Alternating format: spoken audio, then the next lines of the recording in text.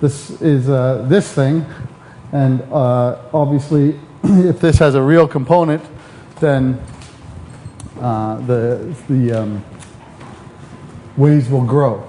Okay, so the system is going to be unstable.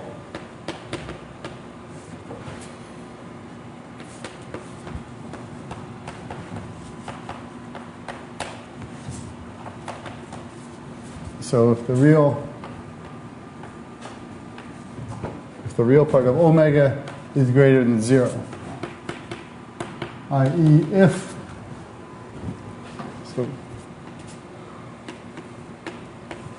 so this is our criterion for instability.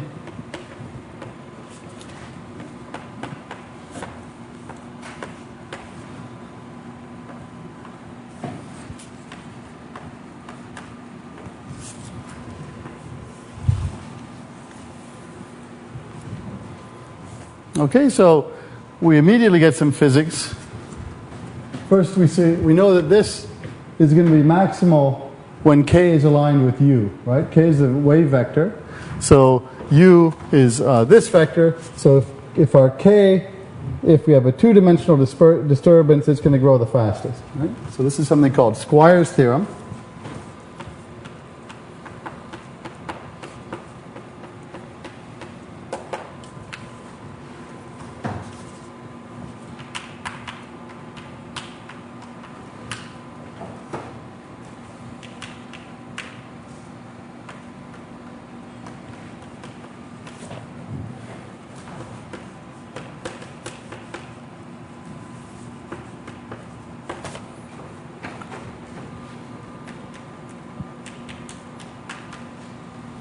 Okay, so the most unstable mode is definitely going to be a two-dimensional disturbance. Okay, so that's saying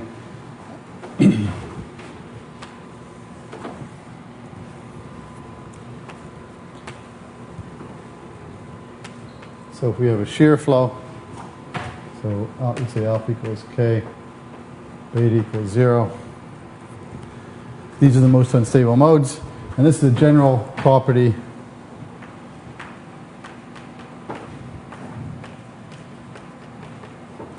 of shear flows.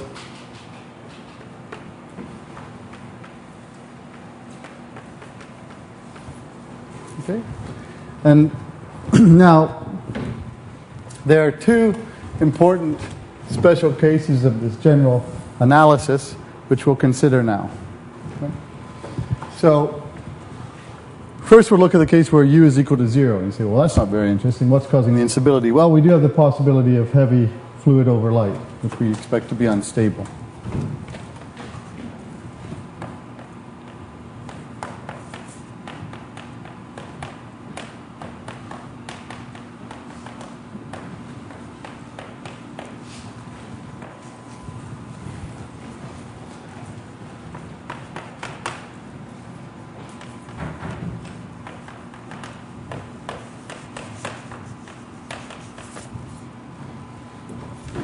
Okay, so we think of Rayleigh-Taylor instability as being heavy over light. So we expect it to be gravitationally unstable.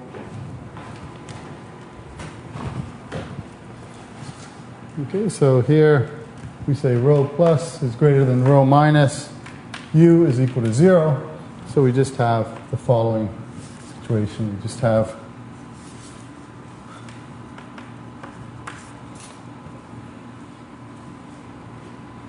all right, and we have gravity, which is acting to destabilize.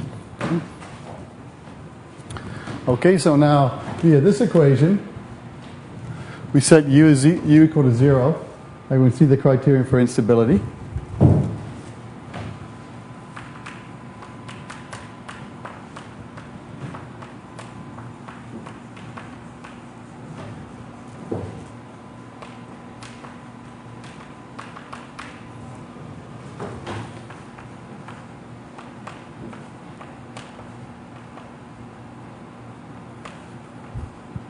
So we use our C naught from over there.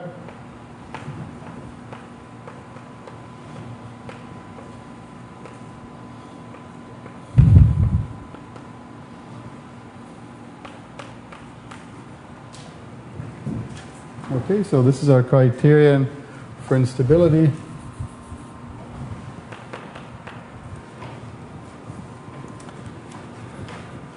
I.e.,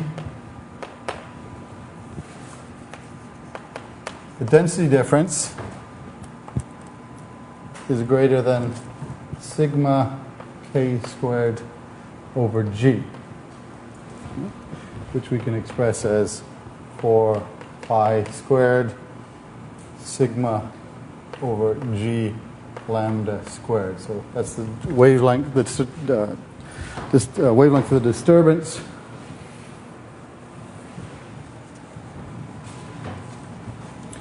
Okay, so this is saying, okay, so again, so this is lambda equals 2 pi over k. So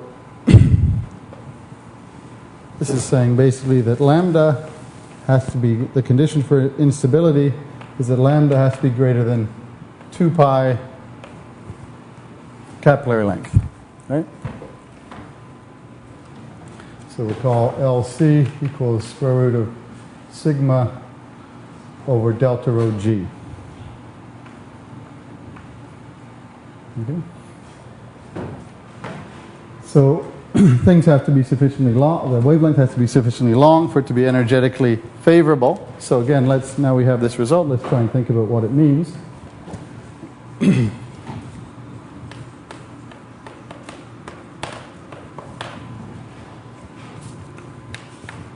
So you see that the system is stabilized to short wavelength disturbances. We know that creating short wavelength disturbances is energetically costly in terms of because of surface tension. Right? It costs a lot of surface energy.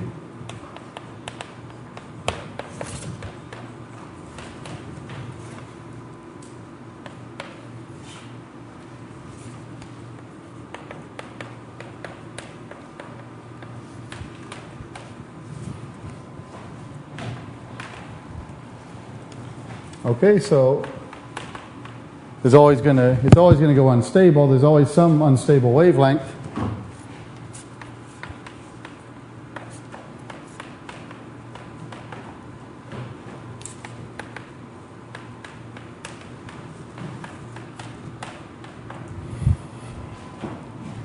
But you can stabilize this Rayleigh-Taylor instability if you have a small enough container. Okay, so I'll show you that in a minute in a video.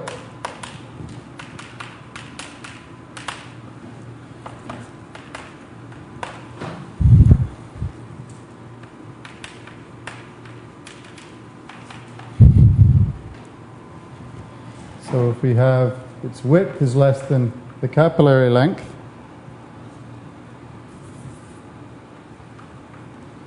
well, let's say the capillary wavelength, so it's 2 pi, to be precise, rho plus minus rho minus g over sigma. So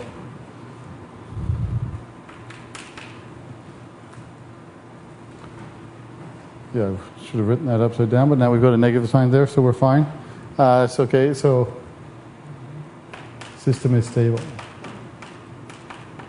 Okay, so this sits well with your intuition. Can I use the projector now, actually? How do we bring the screen down?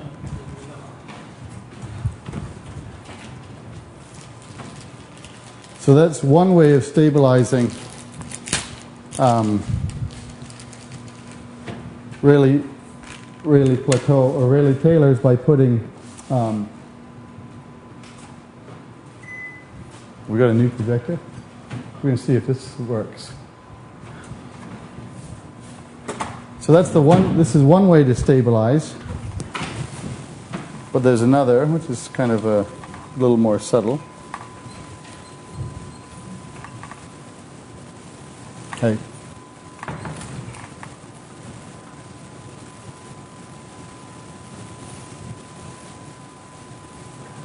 So we've been looking at shear flows. So it's something that you know pretty well. We're doing Kelvin-Helmholtz really plateau. Yeah.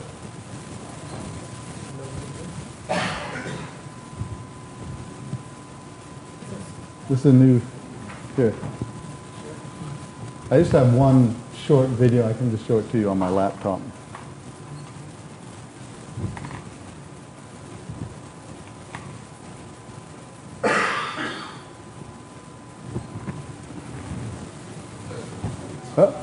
What's that? Yeah, I think so. Yeah, but there's a function, something to change the source. Command. Oh, you sure? Hold on. Like, detect displays? Try that one. No, but that's for a PC.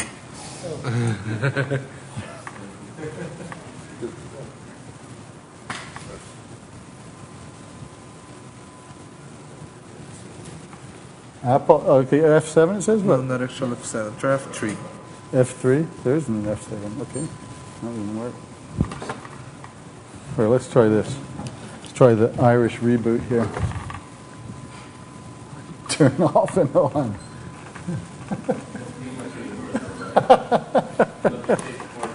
Yeah. Could I take a look? There you go. Gotcha.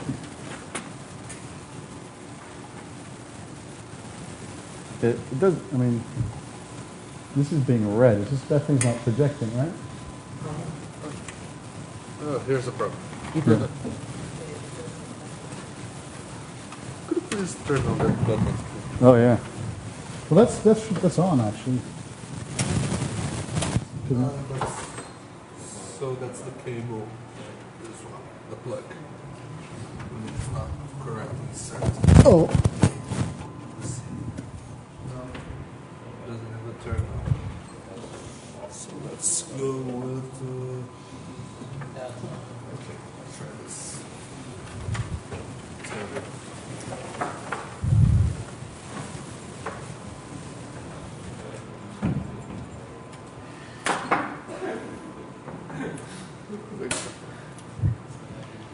That's a splitter.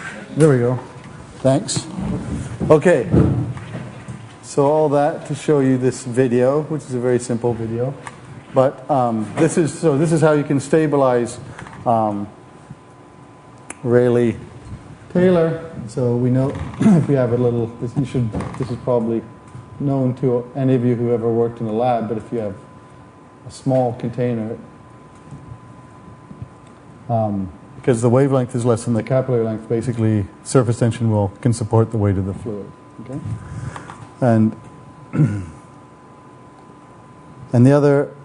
And we saw this video before, so this is another example of Rayleigh-Taylor, right? You basically start with a thin layer of fluid, and if you turn it upside down, we're going to drive an instability. And we can now rationalize the wavelength that we see. Okay?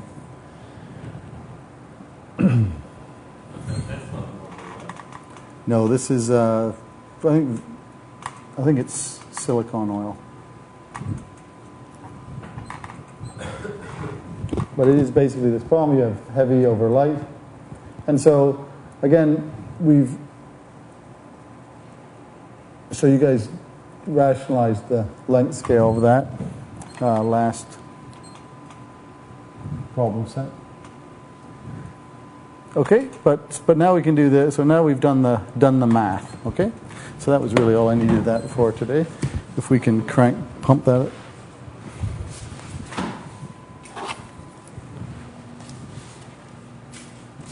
So that's one way of stabilizing is simply having a domain which is less than the capillary length. So we've just seen we can by confining the fluid domain to a width less than the capillary length, roughly speaking, then you can stabilize the flow. Twice. Thanks.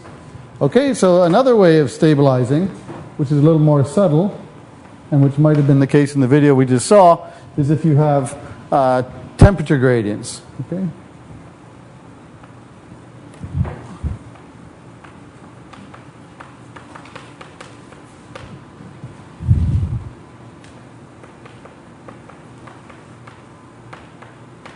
Okay, so imagine that last geometry, we had a thin layer hanging to the ceiling.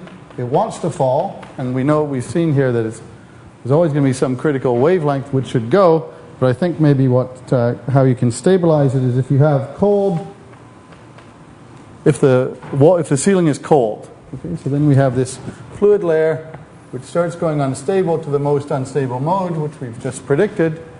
But as it does so, because it's colder here than here, the surface tension is higher here than here.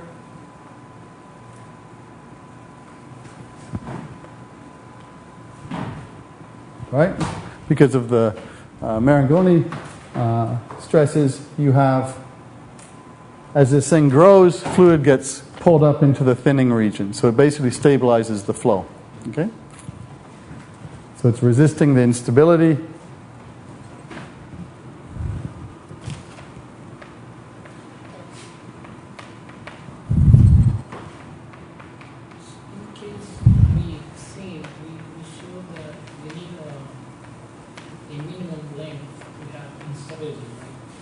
Yeah. But what's the most unstable? Does it Yes. grow with length? So we can see that. You can evaluate that. So we'll actually do that right now. Okay, so so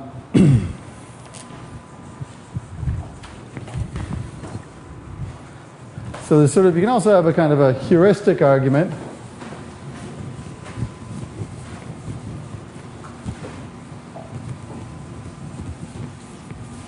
One can make the argument that, well, the surface energy, we know that the total energy of the system wants to go down.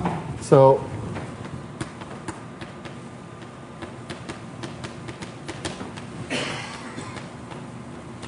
if we hadn't solved the thing in its entirety, it's just nice to look at these things from many angles. So if we start with this and then put on a disturbance of this form, and the change in surface energy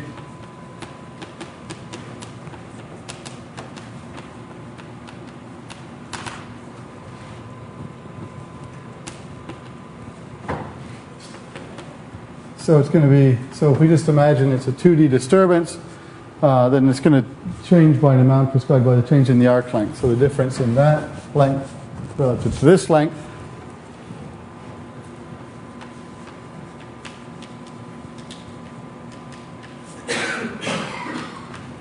So we simply have to integrate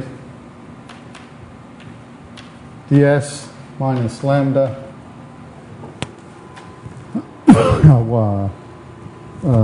Hold on. No, that's right. Okay, so that's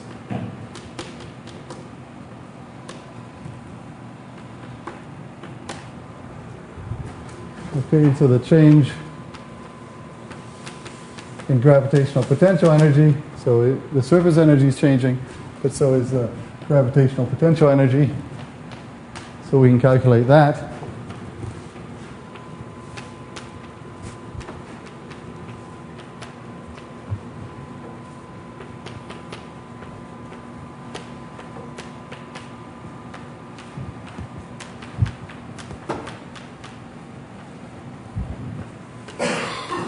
It has the same form, so we basically assuming that this interface is going to go unstable when the total energy decreases.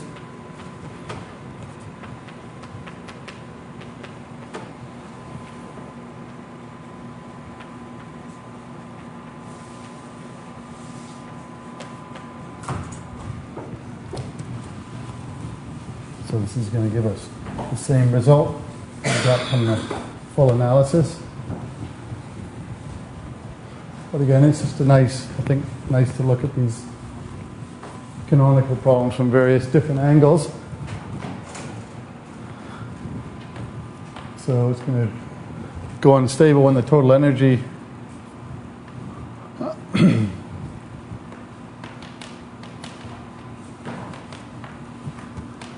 decreases.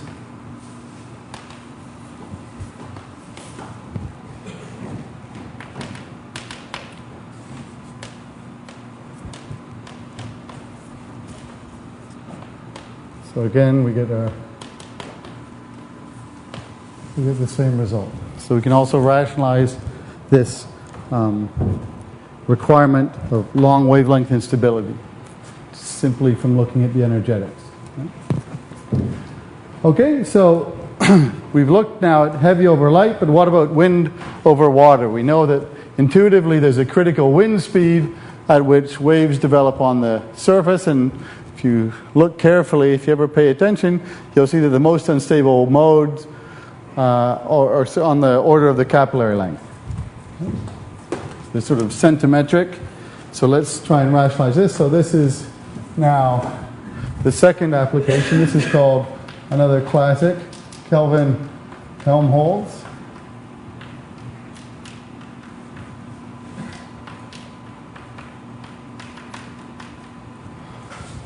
Okay, so this here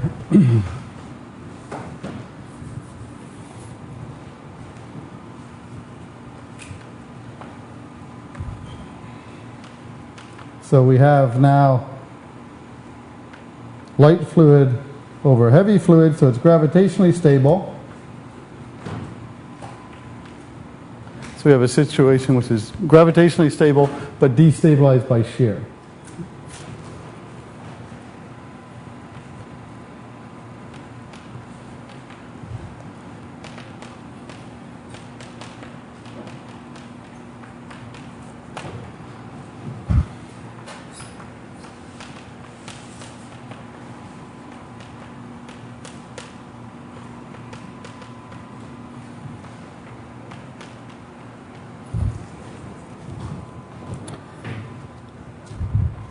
Okay, so we've seen Squire's theorem.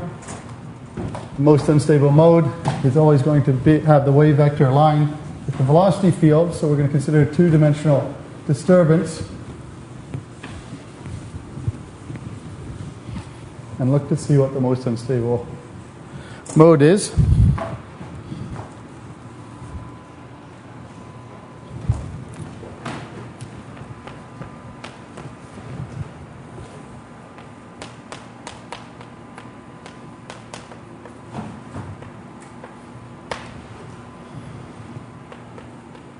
Okay, so K dot U, as it appears in the stability criterion, goes to K squared U squared.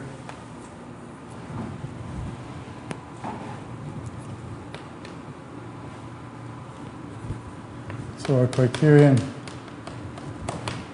for instability now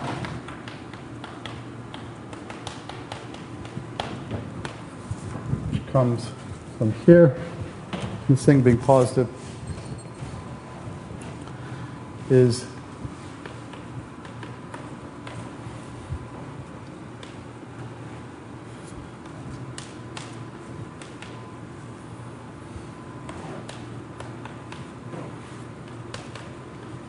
okay, so again, this is positive.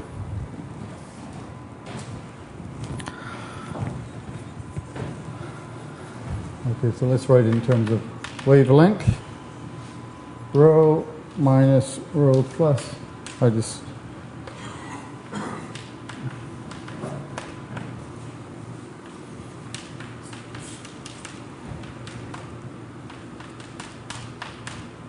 okay. So this is our criterion for instability. So we see that we have to basically the shear the wind speed has to be large enough to overcome the stabilizing influence of gravity and surface tension. Okay, so we see that this number becomes large when the wavelength becomes small, as we expect. So basically the system is being stabilized to small wavelength disturbances by gravity, and this term, that is to say, so when this gets very small, this thing has to get very large. So again, we're stabilizing it to short wavelength disturbances through surface tension. We're seeing the large wavelength disturbances are being stabilized by gravity, right? So if we go to long wavelength, this term becomes large and forces this speed to be high. But we also see that for any lambda, there's some critical speed at which we'll get instability, right? So the thing's always going to go, once the wind blows, high enough. John, Yeah? the kind of get in the color. For example, in that case, with the plate made of glass, I mean, Yeah, yeah. down, you actually see that everything is periodic, right? Mm-hmm. I mean, the way I'm used to see these cardinal instabilities, for example, to see that the beetles are periodic. Mm. Is what we have here, Right, right. But usually people obtain this by putting as initial condition, for example, a periodic function. So say that the interface is +5 or something. Right, right. And they see these things appear, right? Right. So these try to do like this and they start rolling. Right? Uh-huh. But I mean, how can we expect that the linear stability say Ah. that these are periodic? Well, true. will happen So- periodic? So there is the possibility of nonlinear instability, right? So you can basically, if you give this system a real kick, that nonlinear disturbance may that disturbance may grow through nonlinear effects, right? But when you're looking, but this one, for example, this is a good example where you do expect to see the most the linear instability because you're starting off zero, right? And then some infinitesimal perturbation is growing, and the fastest growing one is going to be the one you see. But in shear flows, you soon So work better there in that case, right? yeah. Because particularly, so in hydrodynamic situations, you will also, like wind over water, you'll get gusts. So you're not going to have this sort of idealized situation of perfect wind everywhere, right? And so this will change things. But it's actually quite remarkable how robust linear stability theory is. Like I think in shear flows is the case. That's really when all of this idea about non-normal modes came up, Trefethen's business, because there I think things are a little more complicated. But when you're starting from a situation which is quiescent, for example, Rayleigh-Taylor, it really does do a good job of predicting the instability.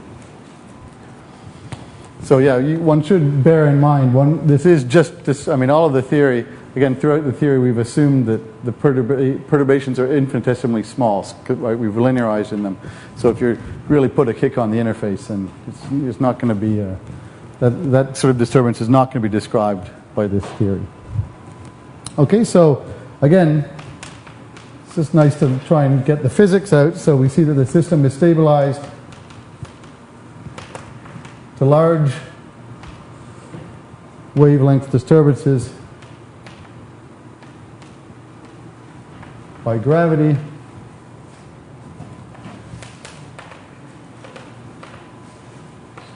Short wavelength disturbances by surface tension.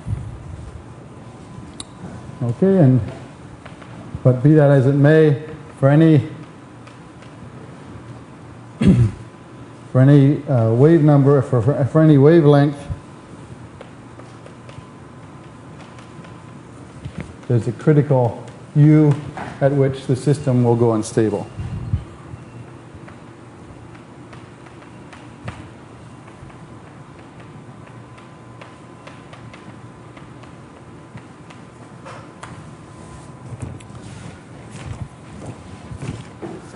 Okay, so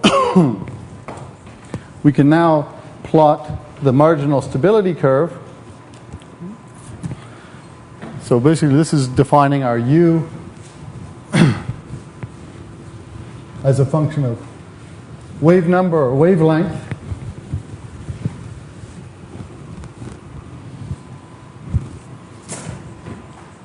So this critical U is defines a marginal stability curve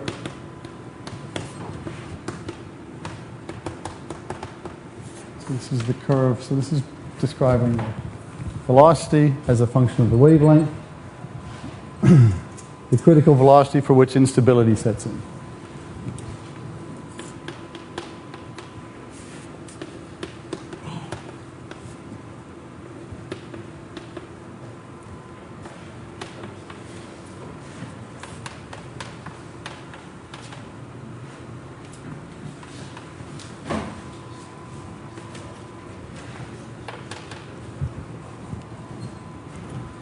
Okay, so that's our marginal stability curve. This has a minimum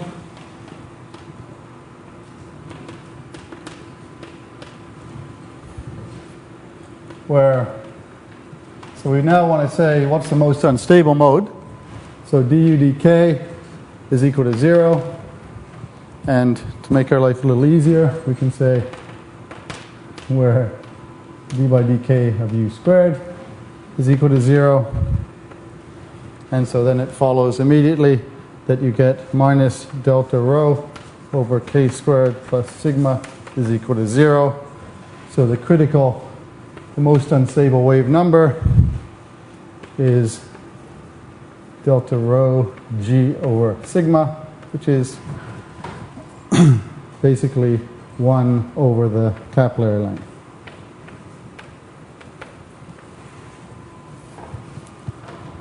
Okay, so from that we can assess the minimum velocity required. So that's the most unstable wavelength, most unstable wave number, so we can assess the associated minimum speed.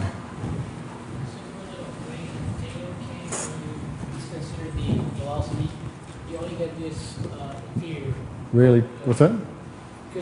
Really, Taylor has 0 velocity, right? Yeah. So in that case, we can only estimate minimum lambda, right? Yeah. You don't get a speed. Yeah. Okay, so so the corresponding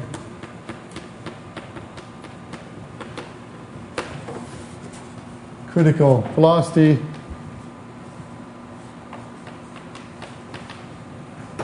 we simply sub into our relation and we get the following.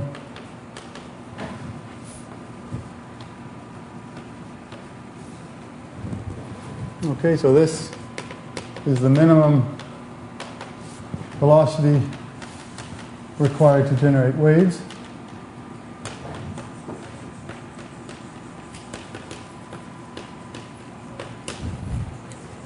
Okay, so we can plot now u as a function of k, what we've just found. So it looks basically like this.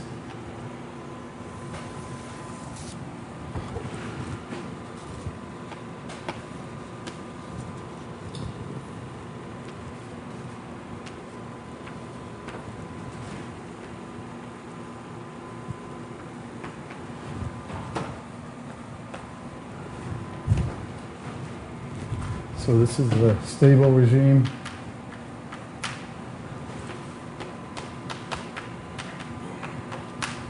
Okay, so this is wind blowing over water. When you hit this critical speed, wind speed, you excite instability with this wave number. Okay? And then as you increase the wind speed, you can excite a higher range of wavelengths.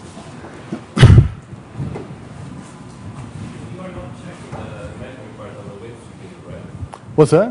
Usually you should check the growth rate, right? But for that you need the wave speed. Here you are just connecting shear with wave number.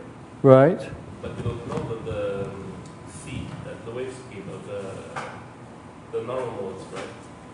The wave speed of the, sorry. Usually we are looking for normal modes. Yeah. So there will be kx minus ct, right? Yeah. This c, when it becomes complex, you check the imaginary part and multiply by the wave number. And this gives the growth rate. Yeah. So The growth rate is there. That is the most unstable wave, right? the growth rate is omega, right? We have omega as a function of k, right? And we're finding the point at which it's maximized, right? So we got the dispersion relation, right? And right, so it goes exactly. So it gives you, so basically omega and it has an imaginary part and a real part, and we need the real part to go to be positive in order for the disturbance to grow, right? So I don't see the problem. The thing I'm used to check on, for example, the non-dimensional values, for example, or dimensional. I'm looking at k times ci. Ci will be the complex part of the wave speed. Yeah. So it will be cr plus ici. Well, the way we formulated it, we basically have omega t plus I k alpha x, right? So it equals I, if you like, k dot x, right? And so we found omega is a function of k, and we basically then decide how this depends on that. Right? And we use Squire's theorem to say it's 2D, which simplifies matters. So we basically have. Given a certain shear, you have to find the most unstable wave. You have to know exactly omega, right? Yeah. But there you are just checking for the minimum of u. So what's the relationship?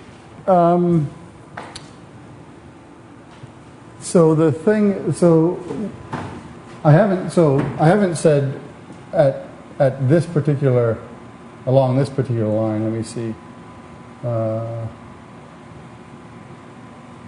So what question do you want to ask? I want to ask the question. The physical question here is how fast do I have to have wind blowing over water to generate waves? So if that u is exactly uc, that is because that's right. That's right. That's right. But if you are above. But above that, you can then ask the question. Yeah. What's the optimal? That's right. That's right. Yeah. Okay. Yeah. Sorry if that wasn't clear. But we do have the complete formulation, and you can get anything you want from the dispersion relation, effectively. Right? Okay, so we just plug in numbers.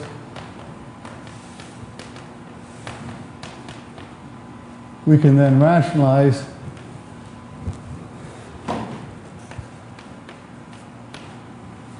so our critical velocity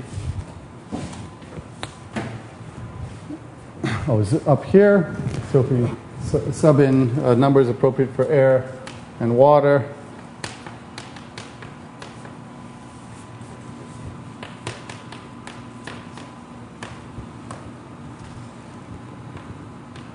so it's around 650 centimeters per second. So one needs quite high wind speeds.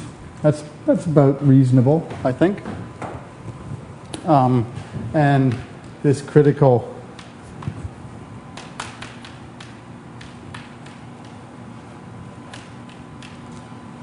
.8. So the wavelength you see is around a couple of centimeters. So these are indeed capillary waves. Okay, and we've already seen, so when wind blows over water, as the wind increases and increases and increases, you finally hit this point, and the wavelength you're going to see is this. Okay, and we've seen already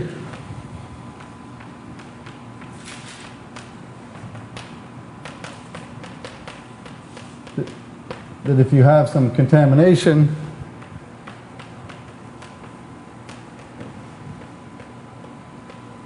so if you have biomaterial soap, then you'll basically kill these capillary waves. Okay, so the most unstable wavelength is going to get killed, and we saw that before, because if we have, again, some surfactant on the surface, then you generate Marangoni stresses, and so huge dissipation within the fluid. And so there's an energetic cost to these waves,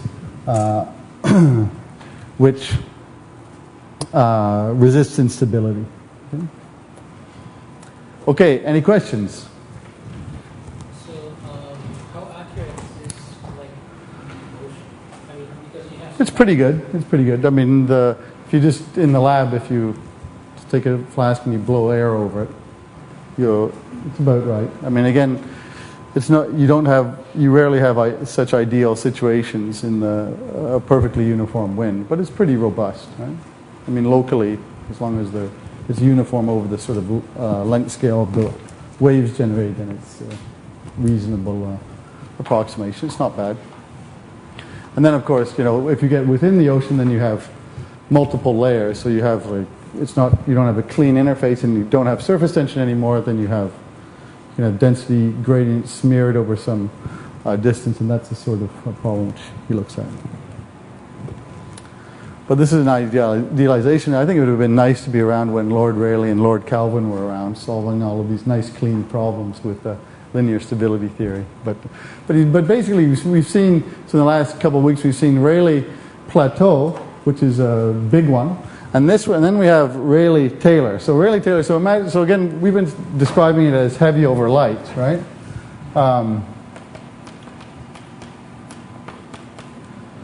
But we're sort of assuming gravity is like this. It's also if you have a, of course, if you have a bucket of water and you accelerate, if this thing's accelerating greater than, faster than gravity, then the effective gravity then becomes in that direction. So again, you can get Rayleigh-Taylor, right? So if you have a bucket of water, if you accelerate it really quickly, then you can basically have an effective gravity which is in this direction, and then you have Rayleigh-Taylor. And so when in these problems we were looking at in fluid sheets, for example, we had, remember we had the rim, we had a fluid sheet like this, and it had rims which are moving like this. So we had some inflow here. So we have a fluid sheet. But because of the acceleration here, there's actually the possibility, we saw the instability developing here, and we assumed it was Rayleigh plateau. And it is actually, but there's also the possibility if you have this local acceleration associated with motion along here, that it could go unstable also to Rayleigh-Taylor. So basically, whenever you're looking at surface tension flows with interfaces accelerating, you're basically asking yourself, is it Rayleigh plateau or Rayleigh-Taylor? Okay, and so it's usually one of the two suspects. Usually when the wavelength is 10 times the diameter, you know it's Rayleigh plateau, but you can differentiate between these two both in terms of by looking at the dispersion relations, looking at the fastest growing mode, and also looking at the time scale of growth. Okay, so you typically, you basically have to distinguish between the possible instabilities in the system according to linear theory. All right, very good. I got to stop early today because got a visitor. Andre told me I had to show up at 2:30. So yeah, if any of you haven't picked up, there's a problem set. Might want to just check it out for your amusement.